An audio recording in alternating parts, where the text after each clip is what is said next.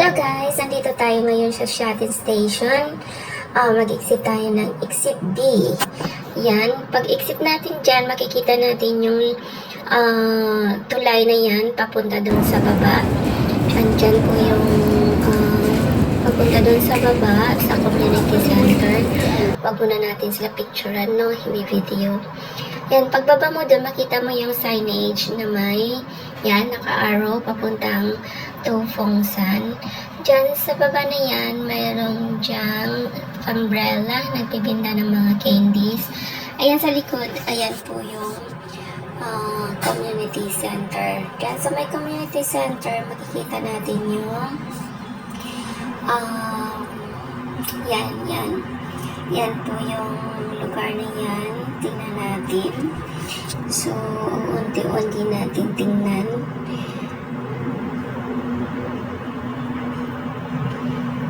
Yan po. Yan yung nakikita sa likod, yung community center. Tapos, pabagal lang po kasi yung pagkuha ko ng video para matandaan po natin. Ayan po yung nasa taas, yung naanan natin kanina. Yan. So, lakad tayo ng konti para mapunta natin yung sa likuran. Yan po yung nasa likuran. Yan. Yan ang titinag yan. Pwede kayong kumain din dyan bago umakyat kung hindi pa kayo kumain. Ayan.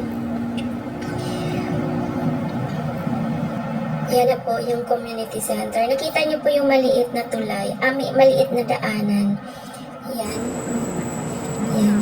Parang inano ko pa talaga yung community center para hindi nyo makalimutan. No? Yan yung maliit na hagdanan pataas yan.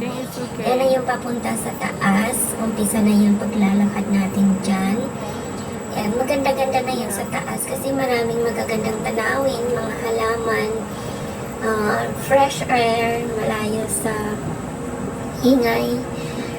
Yan. Yan na po. Sa kalagitnaan na po tayo sa paglalakad, no?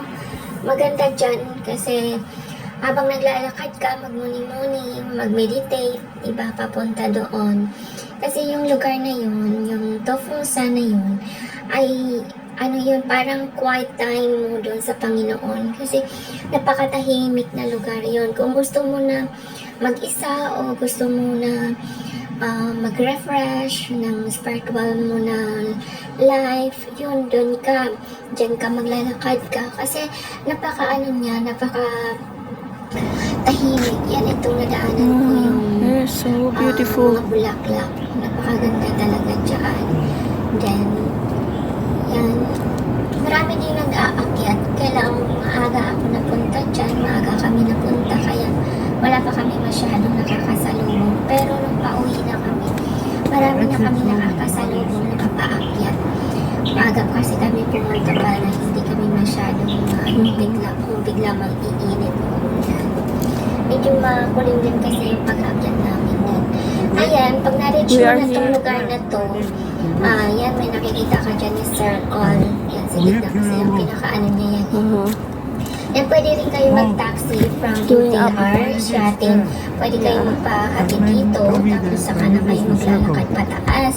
Yeah, Ganun reach po. the circle Ayan, one. yung circle na yan, yung pinaka-center niya na para mapunta doon sa taas. May mga signage naman siya na papunta doon sa To Fong San. Kaya madali lang siyang puntahan habang naglalakad ka. Bagal lang. 30 minutes walk lang yan siya. Kung mas lalo kang mabagal, o mga 45 minutes kung hindi ka rin nagmamadali, nag-morning. Pero 30 yan. May mga signage po siya na yan, malapit na yan dyan. Malapit na po yung Almost there. ang lugar ng To Fong San. Yung lugar na yun ng To Fong San, ano kasi yun, parang ayan, binidyoan ko pa yung airplane na dumaan. Isang ano siya, Buddhist style siya ng mga structure, pero yan ay founded yan ng isang Norwegian na Christian noong 1930 ata yun. Ayan, dito na tayo sa harapan. Ayan na yung pinaka-ano niya, pinaka-entrance niya. Matahimik lang kasi dyan. Kailangan lang ng observe silence na ano ko kahit nagkukwentuhan din basta mahina lang, bawal kasi mag-ingay dyan. Dahil may mga naabutan kami nag-quiet time,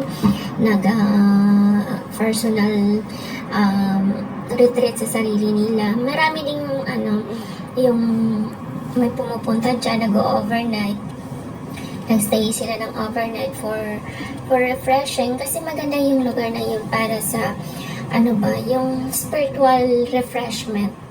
Yung ganda siya dyan kasi lang parang body style po yung mga structure ng bahay dyan, pero siya ng Christian community. Parang siya yung pinaka first Christian community dito sa Hong Kong. Yung isang si Doktor ano ba yan? Basta missionary yun na pumunta dito na Norwegian. Yun. Parang nag-isa sila yung Chinese at saka yung Norwegian, naging ng Christian Community Center. So, ginawa nila itong, parang dinidevelop nila na bilang isang puntahan ng mga Christian people na mag-meditate. Mayroong cross kasi diyang malaki. Yun ang pinaka niya. Center of puntahan talaga ng mga tao dyan sa lugar na yun. Kasi yung pinaka-church niya, maliit lang. Maliit lang din yung pinaka-church niya. Pero mostly, doon sa may cross, may mga upuan doon ng mga bato. It's like siya sa Golgotha o kaya sa Gitchimani. Alin yung mga tao na nag-uupo o kaya ng bato na nanalangin.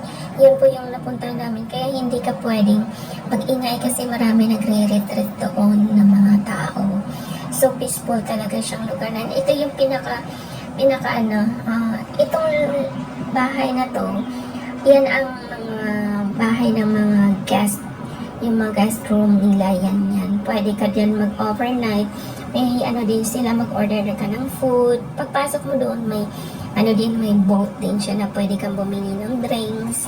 Yan yung service niya ng mga nag-retreat dyan. Pwede dumiretso dyan ang mga sasakyan. Yan po yung guest room, harapan. Yan. Diba maganda siya, napakatahimik na lugar. Yan. So, hanggang dito na lang. Yan ang palaka-entrance. I-continue natin kasi medyo mahaba-haba na to. Yan guys, kung gusto niyong pumunta, dito lang yan sa Shatin New Territory. Maganda po siya dito. Madali lang siyang i-locate. Niya. Gusto ko nga bumalik dyan for meditation, for self-refreshment pag may time ako. Kasi kasama ko yung amo ko dyan nang pumunta ako. Yan po lang guys. Yan. Thank you so much for watching.